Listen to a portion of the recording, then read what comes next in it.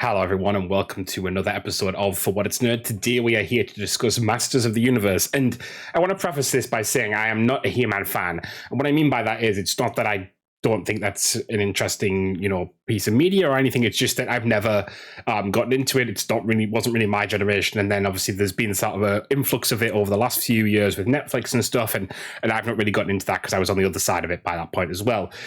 Is it something that I have always had some sort of little bit of a draw to, a little bit of an intrigue in, like maybe had a look up at it a few times here and there?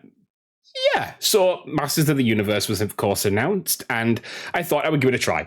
Largely because, as you guys know, when you're doing something like For What It's Nerd, you want to try a different level of movies. You want to kind of expand your palette a little bit from, the highbrow movies to the low kind of popcorn movies. Again, not saying that that's necessarily bad or good. You can have a really, really good popcorn movie. You can have something that's highbrow that's insanely boring, et cetera, et cetera. So, this was one for me that was somewhat experimental, and I'd sort of seen the trailers and I'd seen some people enthuse about it. So I thought, okay, let's give it a go. And I actually went with my mum because my mum kind of did watch those shows and or kind of sort of did see them when she was younger because the family kind of watched it, etc. So it was kind of like something that was kind of somewhat nostalgic for my mum. So she actually loved it. She said it was great. And I think I really enjoyed it too. It was funny. It was a little bit tongue-in-cheek. It played the humor a little bit more adult than I actually expected as well, for it being a kind of brand of toys that kind of expanded into a universe type thing. But it was fun. And to be honest with you, I think I would welcome a sequel even. I would go so far as to say that.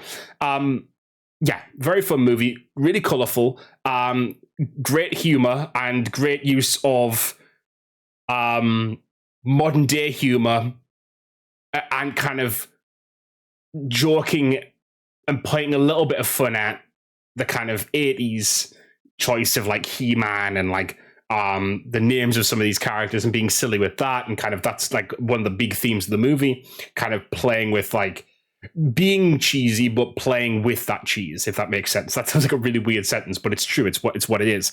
And so really, really kind of taking that stupid kind of even Skeletor, for all he is, there's like some jokes in the movie about like he's just a bad guy, and like, but he is. That's the point. He is not meant to be this kind of moralized person, and they try and do that in the movie. And what I find that really cool is that they've kind of gone for an idea that, in the kind of like the 80s, etc., you would have a villain, and the villain was just the villain. There was no moralizing it. You'd beat up the villain. That was the end of the kind of the episode, so to speak. And so we've kind of gotten to a point in society now where we question, why is a villain a villain? And sometimes that's right. Loki is a great example in media of like, is Loki actually a villain in Marvel, or is he someone who has kind of been let down? And that's true of society as well, and it's good to reflect that in some ways. But sometimes it's just a bad guy, and sometimes the bad guy is in power. And I'll say no more than that. And Skeletor is meant to represent that in this movie. And I know it's all tongue-in-cheek and stuff, but it very much is that. There's an undertone of like, sometimes bad people are doing bad things, and they like being bad, and there's no redemption for them. There's a point where they just cannot be redeemed anymore. There's no washing of their hands. And so that's what was really cool about this movie. And it's ironic. It's kind of, there's even a bigger ironic layer of that in that Jared Leto, of course, and everything that encompasses Jared Leto, and I'm not going to let the video be taken over by that, but is Skeletor. And I think it's really a weird scenario because if obviously he's the main antagonist, so he's quite high, up for this movie. He's quite influential in this movie.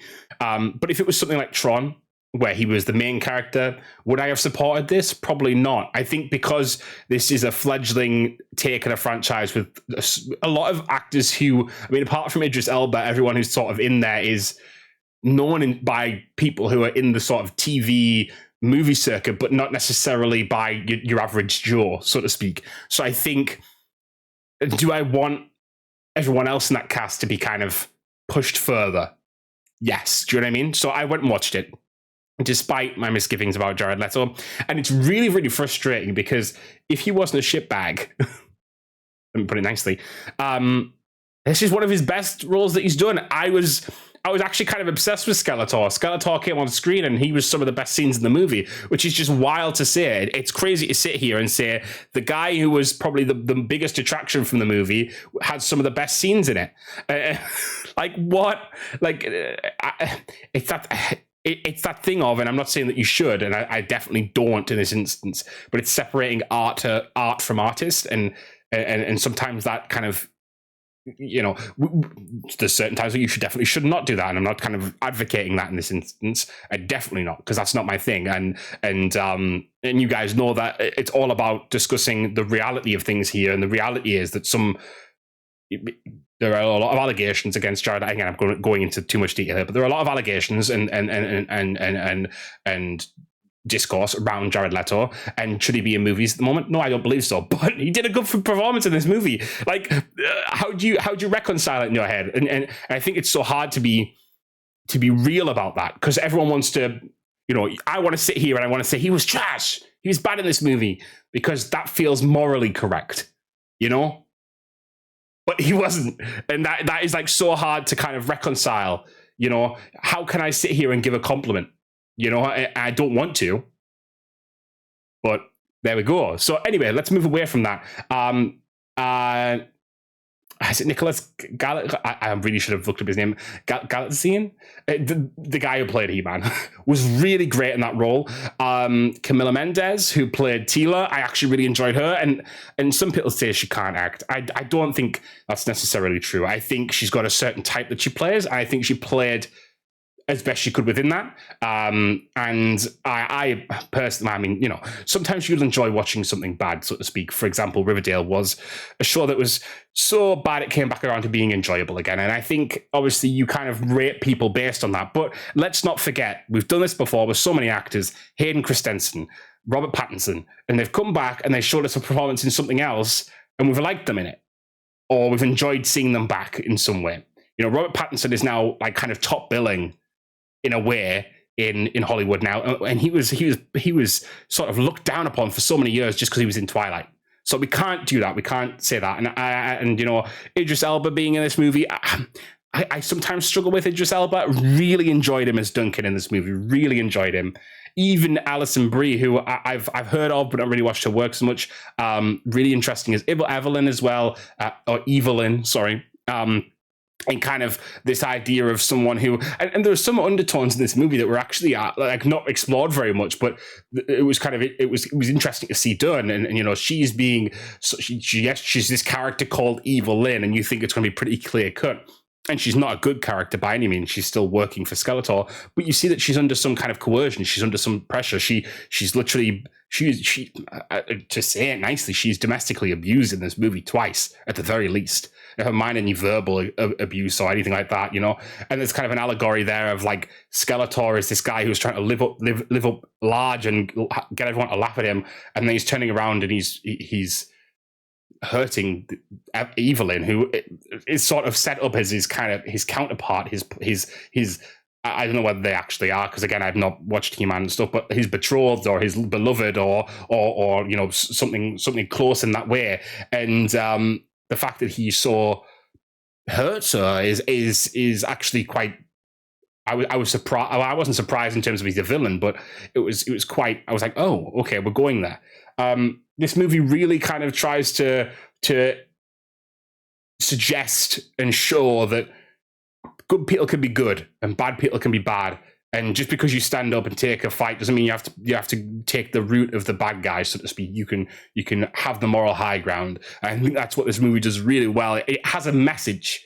You know, so many movies now don't have a message. Is it sort of a cheap, fun, popcorny movie?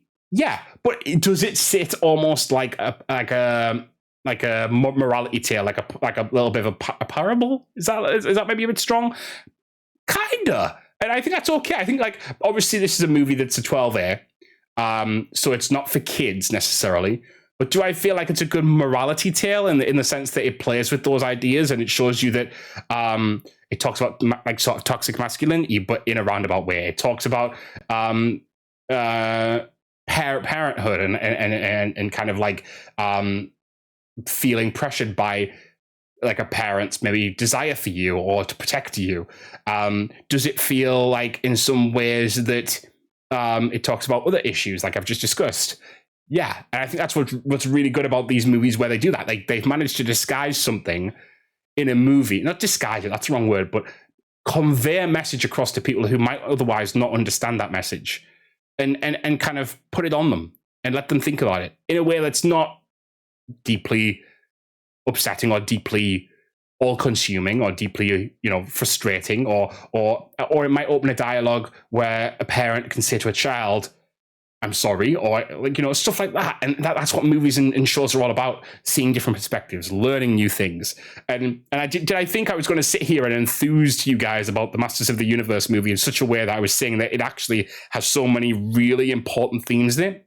No, I didn't, because I thought I was going to come on here and say it's a great romp, end of story.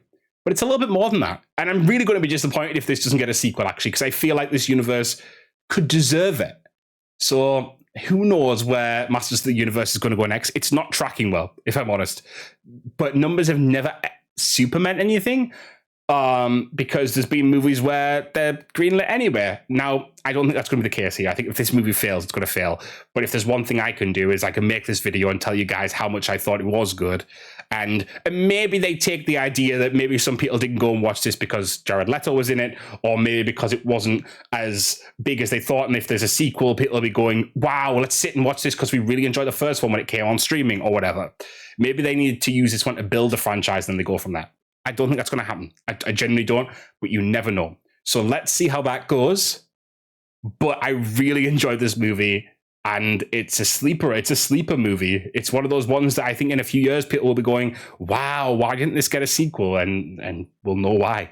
I think that's going to be the truth. So thank you guys for watching. Thank you guys for hanging out and listening. And I hope you guys go and watch Masters of the Universe. I think this movie deserves it, despite the controversies that might surround certain actors within it.